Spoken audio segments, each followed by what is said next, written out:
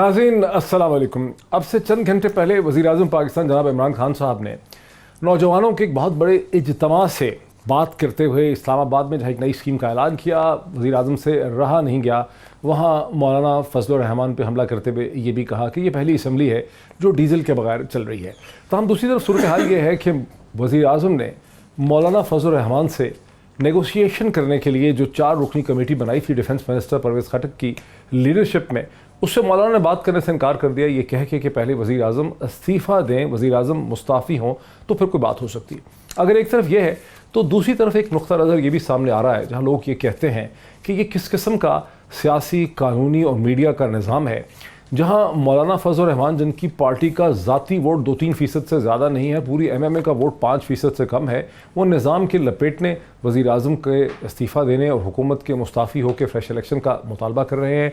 ये नुक्ता नज़र ये कहता है कि मौलाना फजलुर रहमान के मुतालबों को अगर देखा जाए उनमें और फिर TLP के खादिम हुसैन रिज़वी में भला क्या फ़र्क है।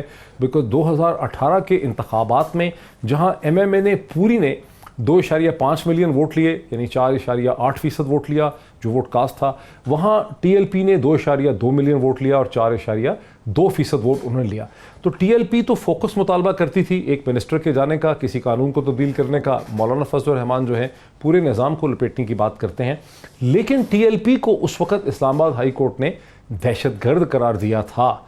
लेकिन अब इस्लामाबाद हाई कोर्ट कहती है कि मौलाना के हवाले से कि मौलाना को या लोगों को प्रोटेस्ट करने का राइट हासिल है। तो यहाँ पर ये भी अब एक सवाल उठ रहा है। इन बुनियादी इब्तदाई सवालों के साथ एक बहुत ही इंटरेस्टिंग है पैनल मेरे साथ स्टूडियोज़ में मुझे ज्वाइन कर रहे हैं पाकिस्तान के प्रोमिनेंट सहाफ़ी, लिखने वाले, columnist and television anchor person जनाब मोहम्मद मालिक साहब। Very warm welcome to Mohammad Malik साहब। मालिक साहब के साथ ही पाकिस्तान के मुमताज़ columnist and political analyst Irshad Bhatti साहब भी मुझे स्टूडियो में ज्वाइन कर रहे हैं। Very warm welcome to Bhatti साहब। और नाज़रीन, इसी डिस्कशन में मुझे पाकिस्तान की मुमताज़ मीडिया शख्सियत और अब रहनुमा है पाकिस्तान तहरीक इंसाफ के जनाब डॉक्टर आमिर लियाकत हुसैन जो हैं वो भी मुझे ज्वाइन कर सकेंगे। Very warm welcome to all my guest. मालिक साहब, इसके बारे में ये जो सवाल है कि आखिर मौलाना में और तहरीक लब्बैक पाकिस्तान के जो कादरी वो थे अपना रिजवी साहब, इनमें अब फ़र्क क्या है? नहीं, बड़ा फ़र्क है। देखिए, मेरे ख्याल में पैरेलल ड्रॉ करना ज़्यादती है। मौलाना साहब की पुरानी पॉलिटिकल जमात है। कादरी साहब तो पता नहीं कहाँ से अचानक आए और एकदम पहले दिन से उनका एक एजुटेशनल एजेंडा था, डिस्ट्रप्टिव एजेंडा। खादिम हुसैन रिजवी और अफजल कादरी साहब जो उनके बड़े थे, तो ये दोनों जब आए तो इनका शुरू से एक एजेंडा था। आपने आगे शहर ब्लॉक कर दिए दो, आप पहले दिन एजुटेशन पे आ गए, आपके पास राइट नहीं है, सारा कानून, हर कानून जो आप सोच सकते हैं तोड़ा उन्होंने। और अगर वो पॉलिटिकल पार्टीज़ होती भी तब भी उस चीज़ की इजाज़त नहीं दी जा सकती थी। सो मेरा ख्याल है वो दैट पैरेलल इज़ रॉन्ग। मतलब उनका जो स्टाइल था वो मुख्तलिफ था, लेकिन मुतालबा तो उनका फोकस था। नहीं, मुतालबात किसी का जितना मर्जी फोकस हो, बात यह कि आप how can you block roads, और आप शहर तो नहीं बंद कर सकते, और वो तो और चीज़ है। अगर मौलाना करेंगे तो फिर देखिए, मौलाना साहब वो हमारे पंजाबी में कहते हैं कच्चे पे पैर रखना। मौलाना साहब कच्चे पे पैर रखने वाले आदमी नहीं है। मौलाना साहब कोई इतने बड़े ज़ीरक सियासतदान हैं। वो भी आप देखिए, उन्होंने दिनों में अपने आप को रेलेवेंट कर लिया, बिल्कुल इरेलेवेंट हुए खड़े थे, दिनों में उनको रेलेवेंट कर लिया। दिनों में उन्होंने फोर्स किया हाथ नवाज शरीफ साहब का और जरदारी साहब एंड कंपनी का कि चाहे वो ग्रजिंग सपोर्ट दें, हालांकि उनको तो फ़ायदा है। वो देखिए, अगर ये कामयाब होते हैं तो उनको फ़ायदा है, अगर ये नाकाम होते हैं तो उन पर बहस, उन पर वो मलबा नहीं पड़ना, इसलिए उनके लिए तो it's a win win situation. उन्होंने उनको भी रेलेवेंट कर लिया। इंटरेस्टिंग चीज़ है कि मौलाना साहब क्यों कर रहे हैं, किस लिए कर रहे हैं और इतनी स्पीड से इस पे फिर आते हैं। जनाब भट्टी साहब, आप कैसे देखते हैं? मतलब अगर खादिम हुसैन रिजवी भी 2.2 मिलियन वोट ले लेता है, 4.2% वोट वो ले लेते हैं, वो भी पॉपुलर पार्टी है। वोट बाद में लिया है, वोट बाद में लिया, उस धरने 2018 के इलेक्शन में वोट ले 2.3 मिलियन के बाद नहीं रोकी थी, उन्होंने बाद में वोट लिया। So it's different. 2018 के इलेक्शन में लिया ना, लेकिन 2018 में इन्होंने भी उतना ही तकरीबन वोट लिया। फ़र्क क्या है इन दोनों में? नहीं, मुतालबे इनके उसी किस्म के हैं कि हम बंद कर देंगे, लॉकडाउन करेंगे। नहीं, जैसे मालिक साहब ने कहा कि उनके वालिद मुफ्ती महमूद साहब आइन बनाने वालों में गो के इनके वालिद वो कहते थे कि हम इस पाकिस्तान के गुनाह जो बनाने गुनाह में शरीक नहीं, वो एक सेपरेट है, लेकिन वो उनका एक बैकग्राउंड है, वो CM थे, ये इनका फिर ये 85 में पहली मरतबा ये MNA बने हैं। उसके बाद का फ़र्क है, हिस्ट्री का फ़र्क है। नहीं, दूसरी एक इनका ये भी है कि इस मरतबा के अलावा इस मरतबा प्रॉब्लम ये है कि उनको इमरान खान साहब ने आज भी जैसे फरमाया कि पहली असम्बली डीजल के बगैर चल रही, इमरान खान साहब और मौलाना साहब का ज़ाती, अब ये कोई पॉलिटिकल जंग नहीं रह गई। अच्छा। ये ज़ाती है, चेहरा बड़ा, उनको उनका चेहरा नापसंद है, उनको उनका चेहरा नापसंद है। वो दोनों ने अल्लाह के फजल से, हमारे वज़ीर आज़म जो अल-मारूफ ट्रंप ने और मौलाना साहब ने अपने ज़ाती तौर पर ये ज़ाती है मालिक, आपको लगता है कि ये ज़ाती चीज़ बन चुकी है? ज़ाती तो हर चीज़ ज़िंदगी में ज़ाती होती है, आप एक दूसरे की बेइज्जती करेंगे तो ज़ाती होगा, लेकिन मेरा ख्याल है नवाज शरीफ साहब का तो बहुत ज़्यादा ज़ाती है इनसे। मौलाना साहब अंदर नहीं है, मौलाना साहब के भाई अंदर नहीं है, मौलाना साहब का खानदान अंदर नहीं है, आधा खानदान बाहर नहीं भागा।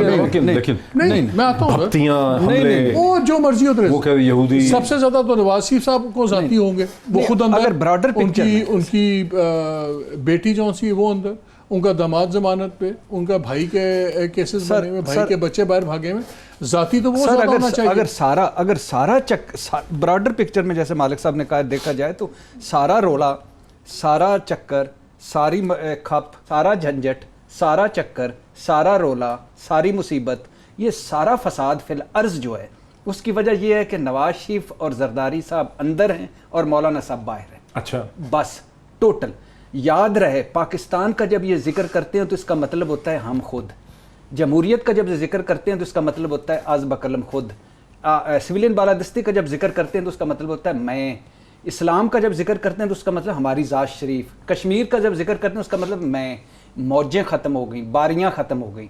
इमरान खान इसलिए एक सर्वाइवल की जंग है उनके लिए। अगर ये मौलाना साहब का निकल जाता है तो ये जो वोट को इज्जत दो पार्ट 2 रंगीन पंजाबी फिल्म लॉन्च की है कायदे इनकलाब ने कोट लखपत से, तो ये सारा ख़त्म हो जाएगा, फेड आउट हो जाएंगे, उम्रें भी, सेहतें भी। वैसे सेहत तो आज मैं कमाल मियाँ साहब का एक में वो आप अगर बात करें तो इजाज़त दे, क्या नाम एक तो मालिक साहब से एक चीज़ नहीं, एक ही दरीज़ है। नैब हिरासत में मियाँ साहब का आज उन्होंने करेले गोश्त, चिकन शोरबा, स्टीम रोस्ट, उबले चावल, रोटी, टोस्ट, दूध भिजवाए गए, कश्मीरी चाय, लस्सी, दही, तुख मलंगा, केले, पपीता, अनार मौजूद है। प्लीज़ नैब को मैं कहूँ कि इस कौम को जत्थों की सूरत में हिरासत में रखें, अगर ये मेन्यू है तो। अच्छा, तो ये सारा झंझट ये है कि वो अंदर, ये बाहर। अच्छा,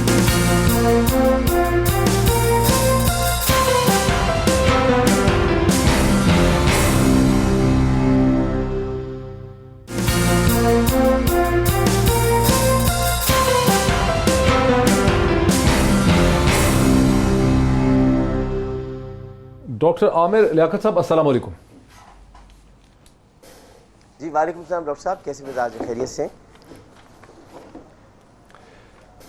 जी अल्लाह का बहुत शुक्र है। डॉक्टर साहब, अंसार अब्बासी साहब ने जो एक मुमताज़ कॉलमनिस्ट हैं, उन्होंने एक उर्दू का कॉलम लिखा है वज़ीर आज़म इमरान खान के हवाले से। उन्होंने कहा कि ज़िद और गुस्से से घर नहीं चल सकते।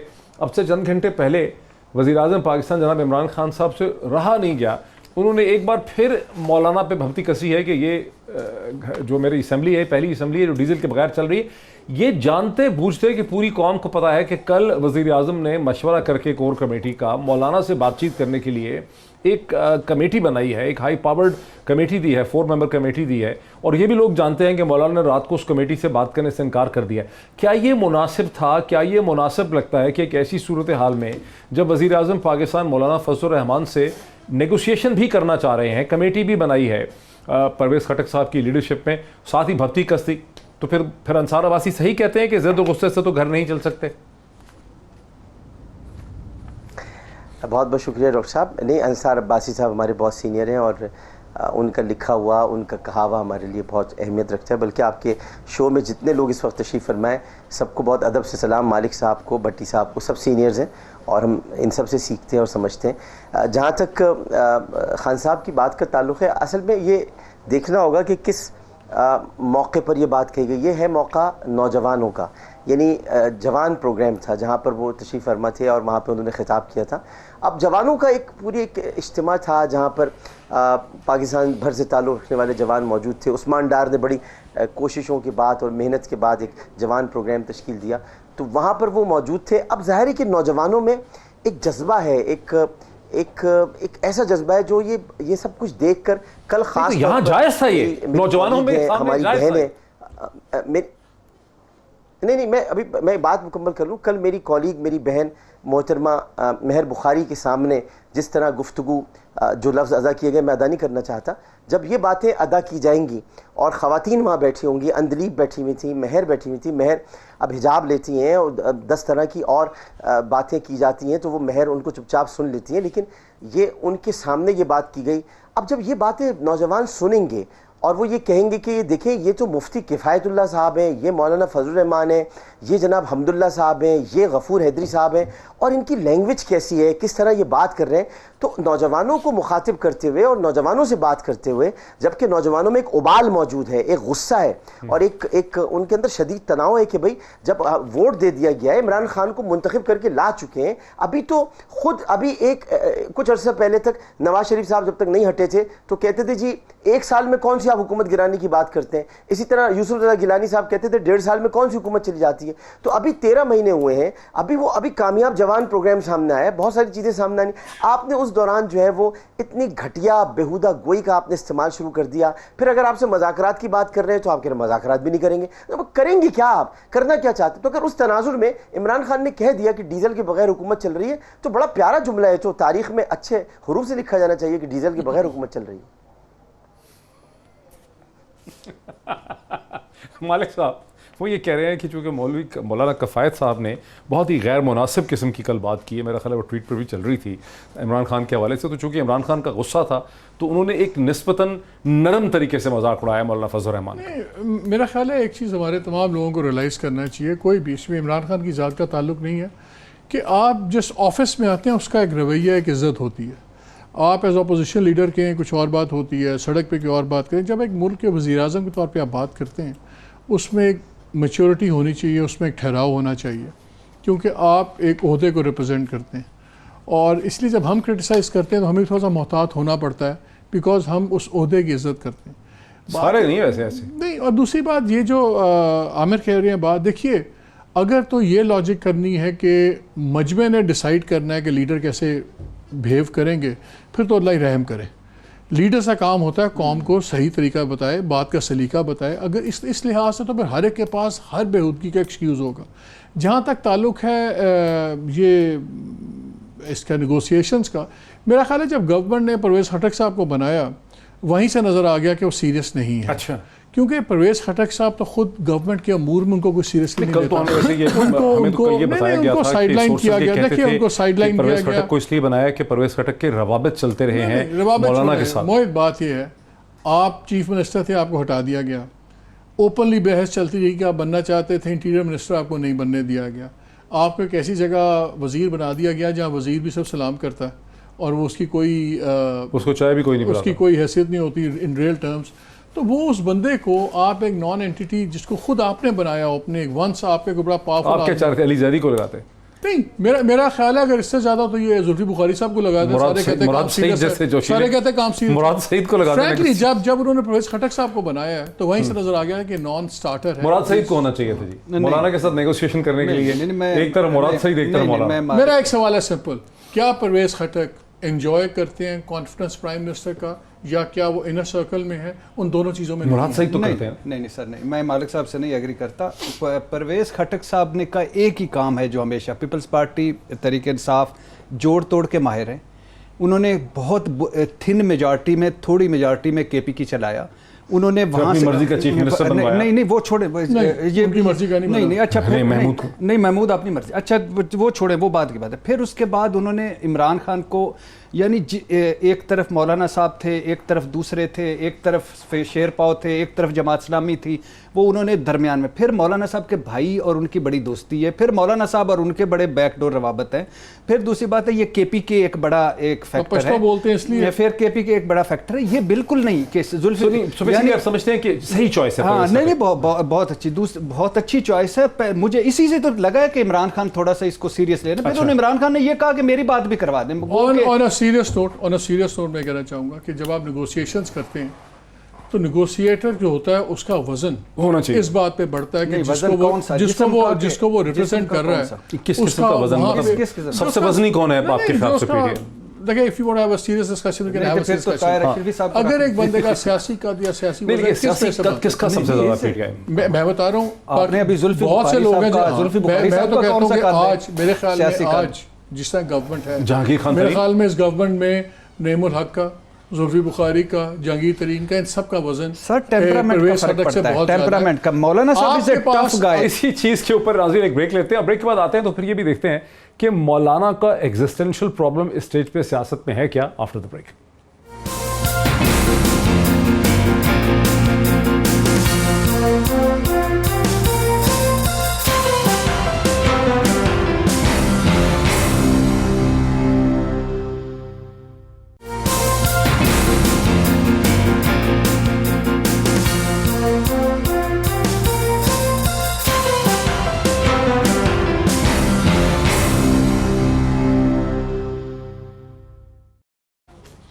नाज़रीन वेलकम बैक। नाज़रीन इसी हफ्ते पाकिस्तान की प्रोमिनेंट कॉलमिस्ट आरिफा नूर साहिबा ने डॉन में एक पीस लिखा, JUIF's एग्जिस्टेंशियल क्राइसिस। जब लोग ये कहते हैं कि मौलाना फजल रहमान को चाहिए क्या, तो आरिफा नूर का यहाँ पर यह दावा है कि जो रिलीजियस वोट बैंक है पाकिस्तान में वो मसलसल या तो श्रिंक हो रहा है या स्टैगनेंट है, इसमें अब इजाफा नहीं हो सकता। और पाकिस्तान की सियासत में इस किस्म की तब्दीली आ रही है कि ये जो जमातें हैं, ख़ास करके तहरीक इंसाफ, ये उन एरियाज़ और पॉकेट्स में घुसती चली जा रही हैं जहां मौलाना का तारीख़ी तौर पे असर और रसूख रहा है। इसी चीज़ के ऊपर हमारी टीम ने, हमारे प्रोड्यूसर और उनकी टीम ने एक छोटी सी रिसर्च की है। ये 3-4 चार्ट में आपके सामने आपको दिखाना चाहता हूँ। पहला वो चार्ट है जिसमें सिर्फ आप MMA का जो बदलता हुआ पैटर्न है वोट बैंक का, वोटिंग का, वो आप देखते हैं, जिसमें सिर्फ MMA का एक सिंगल लाइन देख रहे हैं। आप देखते हैं कि कैसे MMA ने 2002 में 3 मिलियन से ज़्यादा वोट लिया, यानी 30 लाख से ज़्यादा वोट लिया। लेकिन 2008 में 1 मिलियन से भी कम, सिर्फ 8 लाख के करीब वोट लिया। फिर 2013 में ये वोट बैंक बढ़ा थोड़ा सा, 2.2 मिलियन, और अभी ये तकरीबन 2003 या 2004 या 5 मिलियन के ऊपर खड़ा है। ये पहला चार्ट मैंने आपको दिखाया। जो दूसरा चार्ट है इसी हवाले से, इसमें आप देखते हैं 4 सियासी जमातों को, जिसमें आप देखते हैं कि जो ब्लू लाइन है वो तहरीक इंसाफ की है, जो रेड लाइन है वो PMLN की है, जो जामनी पर्पल लाइन है वो MMA की है, और PMLN की और PPP की ग्रीन लाइन। यहाँ पर नाज़रीन बहुत दिलचस्प बात यह है कि PTI जो बिल्कुल बेस लाइन पे है 2002 में और 2008 में, वो 2013 में एक बहुत बड़ी सियासी जमात बन जाती है जो अंदाज़न 7 या 8 मिलियन वोट लेती है, और फिर नेशनल असेंबली में वो 16 मिलियन वोट लेती है। आप देखते हैं कि PPP बतदरीज जो 2008 में 10 मिलियन वोट लेती है, वो अब 6-7 मिलियन वोट लेते नज़र आती है।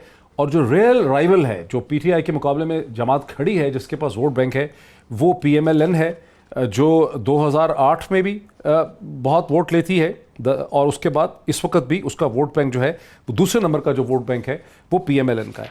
जो तीसरा इसमें आप लाइन चार्ट देखते हैं जिसमें 3 सियासी जमातें आपको नज़र आती हैं, जो इस वक्त पाकिस्तान की 3 मेन जमातें हैं, उसमें PTI है, PMLN है, PPP है, और फिर आप देखते हैं क्लियरली कि कैसे PTI जो है वो मसलसल ऊपर की तरफ गया है उसका ग्राफ, और जो PMLN है वो थोड़ी सी नीचे आई है, और PPP जो है वो बिल्कुल स्टैगनेट कर रही है।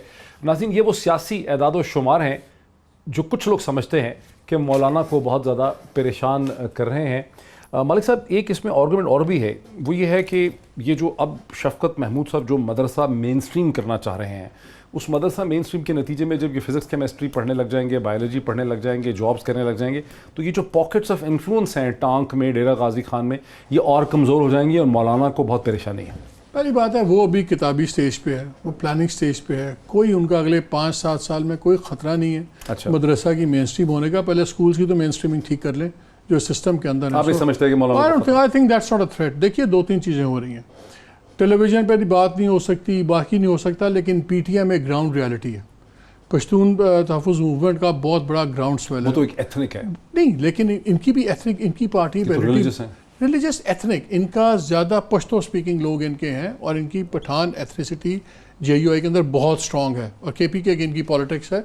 दूसरा जो इनकी एक तो एथनिक बेस के अंदर वो काट रही है इनको, दूसरा रिलीजियस चौंसा है इसके अंदर दूसरी पार्टीज़ भी। असल इशू क्या है, मौलाना साहब 5 साल इंतज़ार नहीं कर सकते, बिकॉज उनको ये पता है कि इस वक्त उनको PMLN को, पीपल्स पार्टी को भी किसी ज़रूरत है जो सड़कों के ऊपर एक हंगामा खड़ा कर सके जिसके वो इनडायरेक्ट बेनिफिशरीज भी हैं, वो डायरेक्ट नहीं कर सकते।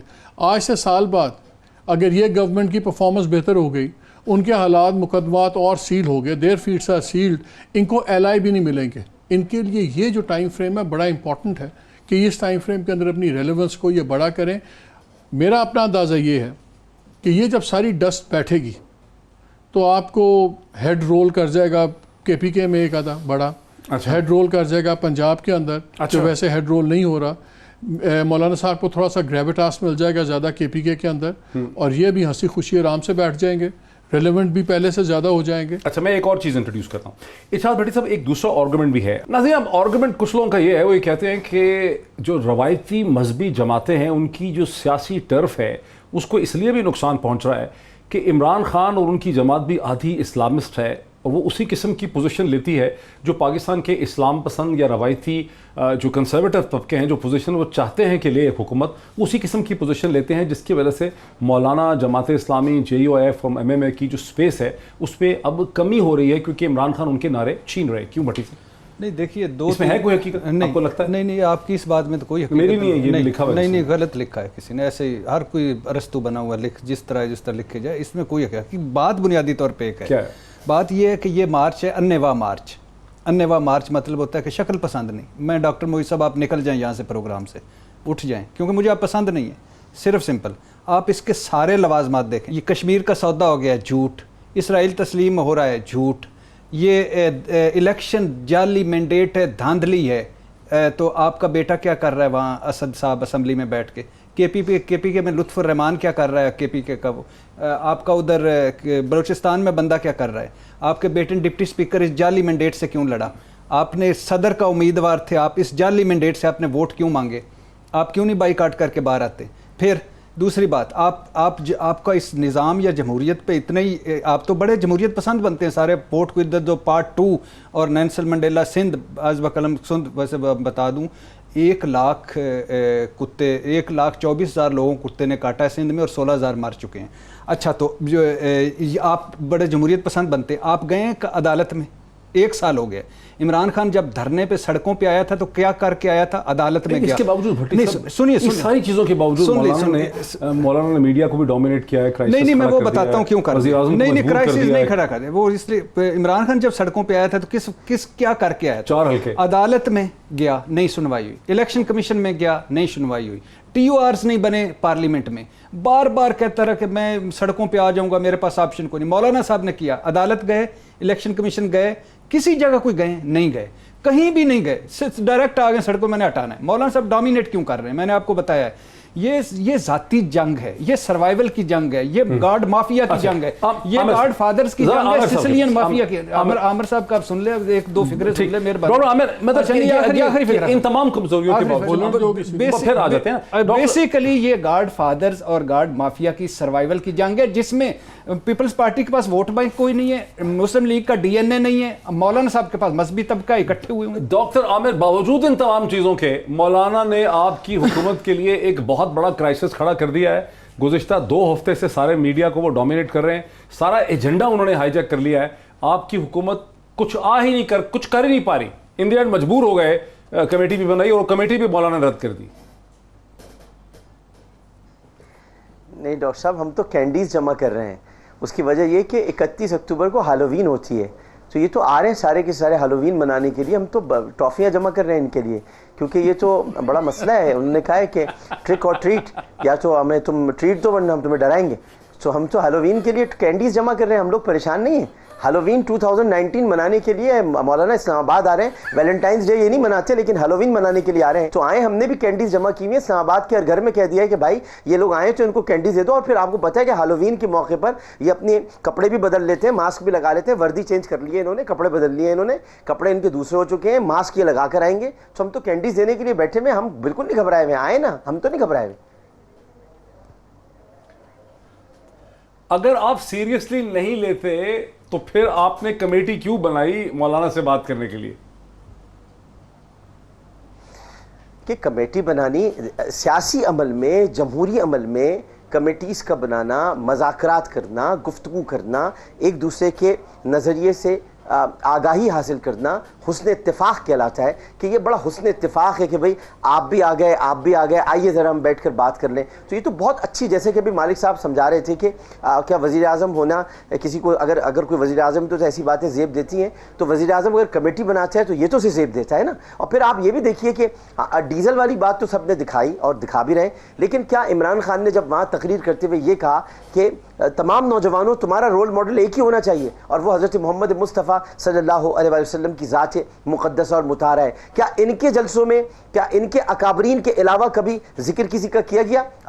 तुम्हें होना चाहिए फ़लाँ शेखुल मुहद्दिस देहलवी की तरह या शेखुल हदीस की तरह या शेख फ़लाँ की तरह। चले शेख मुहद्दिस देहलवी तो बहुत बड़े आलिम थे, लेकिन नबी करीम सल्लल्लाहु अलैहि वसल्लम को रोल मॉडल कभी बनाकर मौलाना ने अपने जलसे में पेश किया या किसी और मौलाना ने अपने जलसे में पेश किया? इमरान खान कर रहा है, इमरान खान हिजाब की बात कर रहा है, इमरान खान इस्लामोफोबिया की बात कर रहा है, इमरान खान नबी करीम सल्लल्लाहु अलैहि वसल्लम के खाके बनाने वालों को लताड़ रहा है, इमरान खान कह रहा है कि तमाम मजहबी शख्सियात की इज्जत की जानी चाहिए, इमरान खान कह रहा है कि तमाम मज़ाहिब की इज्जत करते हुए हमें आगे बढ़ना चाहिए। सारी बातें इमरान खान कर रहा है। वो एक इस्लामी मुफक्किर के तौर पर भी उभर रहा है, इस्लामी मुदब्बिर के तौर पर भी उभर रहा है। उसने ईरान और अमेरिका को करीब लाने की कोशिश की, उसने ईरान और सऊदी अरब को करीब लाने की कोशिश की। और क्या चाहते हैं आप उससे? वो क्या करें?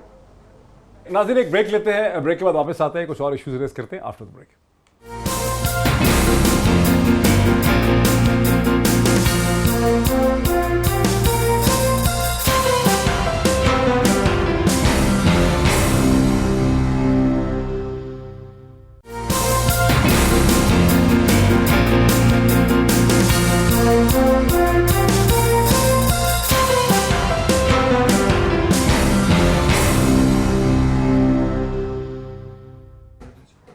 नाज़रीन वेलकम बैक। नाज़रीन प्रोग्राम का आखिरी हिस्सा है और एक बड़ा अहम सवाल है। वो अहम सवाल ये है कि मौलाना कहते तो ये है कि इमरान खान और उनकी हुकूमत मुस्ताफ़ी हो जाए, फ्रेश इलेक्शन हो वगैरह वगैरह, लेकिन ज़ाहिर है मौलाना कोई बच्चे नहीं है। मौलाना को अच्छी तरह से पता है कि वज़ीर आज़म इमरान खान इस्तीफ़ा नहीं देंगे, कोई ऐसा माहौल नहीं है कि हुकूमत चली जाए, फ्रेश इलेक्शन हो जाए। तो फिर मौलाना को चाहिए क्या? मौलाना को क्या मिलेगा कि मौलाना ये समझेंगे कि उनका मकसद पूरा हो गया, वो कामयाब हो गए, उनकी पूरी मुहिम जो है वो कामयाब हो गई है? और अगर मौलाना कुछ हासिल करेंगे तो नवाज शरीफ साहब जो हैं, जो इतना खुल के मौलाना को सपोर्ट करें, उन्हें भला क्या मिल पाएगा? यहीं से हम अगर बात का आगाज़ करते हैं। बड़ी साहब, मौलाना को क्या चाहिए, नवाज शरीफ साहब को क्या? सर पहला मरहला तो मौलाना साहब ने, जैसे मालिक साहब ने कहा, जैसे सारे कहते हैं कि अचीव कर लिया। अचीव क्या किया कि 300-350 इलेक्टेड लोगों को एक अनइलेक्टेड आदमी ने यरगमाल बना ली, जिसके पास टोटल 2-2.5% वोट है और 9 सीटें हैं और यरगमाल 8 और पिछली मरतबा 10 थी, अपना एक फ़र्क पड़ा। तो पहला तो उन्होंने ये कर लिया कि यरगमाल बना लिया। किस बुनियाद पर? क्योंकि 2 कमज़ोरियाँ हैं। किसकी? पीपल्स पार्टी की क्या कमज़ोरी है? बिलावल ने एक कन्फ्यूज सा कारवां भुट्टो निकाला था, घर के बेडरूम से गिराई तक बंदे ही कोई नहीं था। उसके बाद में वो दिहाड़ीदार आ गए, वो निकाल रहे हैं जुलूस वाले। उन्होंने उन बाद में वो आपने वो क्लिप्स नहीं देखे जिसमें वो मांग रहे थे, मैं 2-2 हज़ार कहा था, नहीं मिले पैसे। तो एक और बैड गवर्नेंस, लूट मार और 25 वॉल्यूम्स और वो डूबे पड़े हैं। पीपल्स पार्टी की कमजोरी, पीपल्स पार्टी के पास बंदे नहीं हैं और मुस्लिम लीग नून का डीएनए नहीं है। मरियम नवाज बाहर होती तो फिर एक डिफरेंट स्टोरी थी, आल आउट जाए। नवाज शरीफ साहब अपने तमाम तर वो जालीपन के बावजूद बाहर होते तो अलहदा बात थी। उनके पास डीएनए, शहबाज शरीफ साहब ने वो ये अपनी कर रहे हैं, तो उनके पास बंदा वो नहीं है जो बाहर सड़कों पे मार खा सके। मौलाना साहब के पास बंदा है। को क्या मिलेगा? मौलाना साहब को 2 चीज़ें मिलेंगी सर। मौलाना साहब को एक तो रेलिवेंट हो गए, दूसरा वो कहते हैं कि भाईजान 5 साल, अगर ये 5 साल में निकाल गया, अगले 5 साल, अगर ये इमरान खान 5 साल निकाल गया, अगले 5 साल इमरान खान के हैं, ये ज़हन में रखिए, ये नहीं करने देना। मौलाना क्या फिर इमरान की हुकूमत गिरा देंगे? सर आप देखें ना, फैजाबाद धरना हुआ, उसके बाद उनको क्या मिला? 22 लाख वोट हो गए। मौलाना साहब रेलिवेंट हो गए, सियासत में आ गए, अपने वोटर को उन्होंने किया। मौलाना साहब क्या थे? कुछ भी नहीं। क्विकली वो किया ना। डॉक्टर आमिर लियाकत, आपने भी सोचा होगा, आपकी जमात भी सोचती होगी, क्या मिलेगा मौलाना को? क्या हासिल कर पाएंगे वो आपसे? क्या देने को तैयार हैं आप? आज उनके की रूहें बहुत खुश हो रही होंगी कि उन्होंने पाकिस्तान बनाने के जुर्म का बदला ले लिया, कश्मीर की तरफ तवज्जो मबजूल कराने के जुर्म का बदला ले लिया और कश्मीर का मामला उठाने के जुर्म का बदला ले लिया। मौलाना ने कम अज़ कम कश्मीर पर से तवज्जो हटाने की कोशिश की जिसमें वो कामयाब हो गए। मौलाना ने पूरी कौम जो यकजा थी कश्मीर के मामले पर, जो इमरान खान की आवाज़ के साथ आवाज़ मिलाकर यौम यकजहती कश्मीर मना रही थी, मौलाना ने वहाँ से आवाज़ हटा दी। जो अचीवमेंट उनकी है वो अचीवमेंट जमीयत उलमा हिंद की है, जमीयत उलमा इस्लाम की वही अचीवमेंट है जो वहाँ मौलाना मदनी की अचीवमेंट है कि हम पाकिस्तान बनाने के जुर्म में शरीक नहीं थे। ये आमिर की बात ठीक है कि इससे कश्मीर कॉज को वाकई पाकिस्तान में बहुत नुकसान पहुंचा। तमाम मीडिया सारी तवज्जो हट गई। हम लोग सारे नहीं, इमरान खान को फायदा और पहुंचा है एक कि महंगाई नहीं, मईशत नहीं, बेरोजगारी सर, नहीं, सर, एक दो मिनट, कुछ दो भी नहीं, मिनट यानी दियोगे? इमरान खान साहब को पट्टी तो साहब, फायदा ही फायदा है। ਤੁਸੀਂ ਇੱਕ ਪੱਟੀ अच्छा, अच्छा, ਤੁਸੀਂ ਇੱਕ अच्छा। ਪੱਟੀ चैनल खोलोगे तो 24 घंटे बोलो। और सर गल करन दो। सर करो करो करो करो। देखिए मौलाना साहब को इस वक्त इमरान की सियासी मौत के बजाय अपनी सियासी ज़िंदगी चाहिए। वो इस वक्त अपनी बका की जंग लड़ रहे हैं। वो चाहते हैं कि इतने रेलिवेंट हो, उनकी पार्टी के लोग ना टूटें, उनको भी तो अपने लोगों को साथ कुछ रखना है ना। अगर वो रेलिवेंट इरेलीवेंट होना नज़र आना शुरू हो गए तो वो जो सा है वो उनके लिए बड़ा नुकसानदेह। दूसरा, उन्होंने हर प्लग इस वक्त पुल कर रहे हैं। आपका क्या ख्याल है, आज से पहले रज़ाकार नहीं थे? ये जो रज़ाकारों का वो RSS स्टाइल जो सा ये पूरा जुलूस का निकाल के दिखा रहे हैं और दिखा रहे हैं जी हमारे पास बड़ी ट्रेंड फोर्स है, सब कुछ। आप एक वायलेंस का एक स्पेक्टर बना रहे हैं। इन्हीं चीज़ों से फिर इस्लाम पे भी गलत इंप्रेशन पड़ता है ना कि हर कोई बंदा वो कहता है कि शायद तशद्दुद की बात है। इसी एक सांस में बात करते हैं मज़हब यही की। फुटेज कल इस्तेमाल करेंगे BBC वाले बिल्कुल यही 6 होगा। हफ्ते। मौलाना साहब इस वक्त एक अपनी रेलेवेंस की कर रहे हैं, उनका रेलेवेंस हो भी गया हुआ है। और मेरा नवाज शरीफ को क्या मिलेगा? नवाज शरीफ को क्या मिलेगा? नवाज शरीफ को तो देखिए, कोई भी अगर प्रॉब्लम क्रिएट होती है इमरान खान के लिए, किसी के लिए भी, तो वो उनके लिए इनडायरेक्ट उसका बेनिफिट है। अगर आपका दुश्मन अंडर प्रेशर आएगा तो आपको उसका कोई फायदा ही हो सकता है, आपको नुकसान तो कोई नहीं एनिमी ऑफ होगा। माय एनिमी इज माय नहीं फ्रेंड। Sir, Exactly. बुज़दार साहब के होते हुए नवाज शरीफ साहब को और कुछ नहीं चाहिए। अच्छा। पहली बात है, पंजाब उनका है ना, उनका तो बुज़दार पंजाब साहब क्या है नवाज शरीफ साहब के अल्हम्दुलिल्लाह। साथ वो मिले तो हुए? नवाज शरीफ साहब ने शहबाज शरीफ को कहा है कि बुज़दार पे हाथ थोड़ा रखो। ये हमारा यही हमें वैसे दोबारा बुज़दार का उनको फायदा ही फायदा है। ये हमें दोबारा लेके आएगा। दूसरी बात, मौलाना साहब जैसे मालिक साहब ने रोक दिया, अब अल्लाह करे भट्टी चैनल वैसे आ जाए। पहले दूसरी बात ये है कि जैसे वो है कि फ़ायदा, महंगाई कोई नहीं, मईशत कोई नहीं, बेरोज़गारी कोई नहीं, बैड गवर्नेंस कोई नहीं, लंबी ज़बाना कोई नहीं, 80-2 टके दे लोग उन्हें नहीं करते, हुकूमत गुफ्तगू फेल हो गई है, हम उस पर नुकसान अपोजिशन को मौलाना साहब का है। फाटा मर्जर पे अपोजिशन तकसीम हो गई, कोई पता है, सदारती इंतखाबात पे मौलाना साहब आए अपोजिशन, चेयरमैन सेनेट पे तकसीम, APC पे तकसीम, रहबर कमेटी पे तकसीम। मौलाना साहब खुदकश बम्बार बने हुए अपोजिशन के लिए, मौलाना compromise कर कंफ्यूज रहे थे। 4 आज दिन के मुस्लिम बाद। लीग नून भी कंफ्यूज है, शहबाशी नवाशी में डिवीजन, पीपल्स पार्टी में जरदारी और बिलावल में डिवीजन, अंदर ग्रुप्स बन गए हैं मौलाना साहब की वजह से, इंतहा पसंदी की वजह से, आगे वजह। मैं एक लाइन सारी बोलूं फेस- आपको, फेस- मेरा ख्याल है ये बड़ा एक स्ट्रक्चर्ड केओस और एनार्की है स्ट्रक्चर्ड chaos एंड एनार्की। जो मौलाना साहब जिसको लेके चल रहे हैं। ये कोई ऑफ द हिप शूट नहीं कर रहे, इट्स ए कैलकुलेटेड मूव। और इसकी जो सी स्टॉपिंग पॉइंट है, कट ऑफ पॉइंट, वो मौलाना साहब को पता है। जो इशू ये बन रहा है, मिसट्रस्ट क्यों है इनका PMLN के साथ, टॉप लीडरशिप और PPP के साथ, कट ऑफ पॉइंट इनको पता है।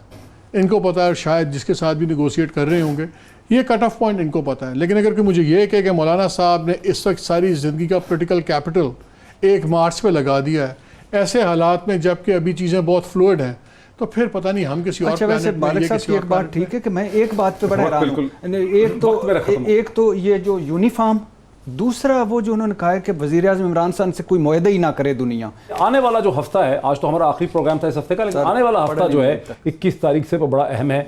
वहाँ पता चलेगा कि मौलाना के पत्ते अपने उस हफ्ते में कैसे खेलते हैं। नाज़रीन, इतना ही, फिर आपसे मुलाकात होती है। बहुत शुक्रिया।